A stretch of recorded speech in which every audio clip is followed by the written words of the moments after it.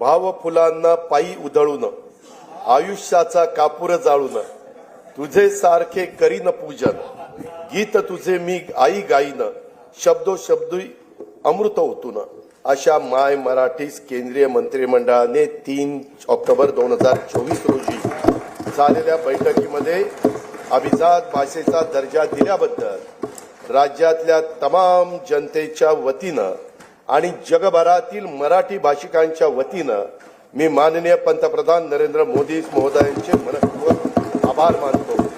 या पुढे दरवर्षी 3 ऑक्टोबर हा दिवस अभिजात मराठी भाषा सन्मान दिन व 3 ते 9 ऑक्टोबर दरम्यान अभिजात मराठी भाषा सप्ताह साजरा करण्यात येईल। मराठी भाषा विद्यापीठ रिद्धपूर येथे अभिजात मराठी भाषेच्या संशोधन व अध्ययनासाठी उच्च दर्जाचे संशोधन केंद्र तसेच अनुवाद अकादमी स्थापित करण्यात येणार आहे। मराठी भाषेच्या संवर्धनासाठी कार्य करणाऱ्या संस्थांच्या माध्यमातून अभिजात मराठी भाषा विषयक उपक्रम राबवण्यात येणार आहेत।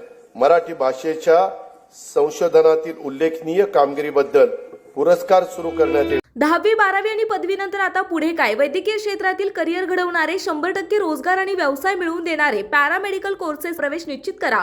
पॅरामेडिकल क्षेत्रातील कौशल्यपूर्ण प्रशिक्षण आणि दर्जेदार शिक्षण देणारे नामांकित विश्वास इन्स्टिट्यूट ऑफ पॅरामेडिकल सायन्स मध्ये प्रवेश घ्या। शाखा हडपसर, पिंपरी, बालाजीनगर, वाघोली।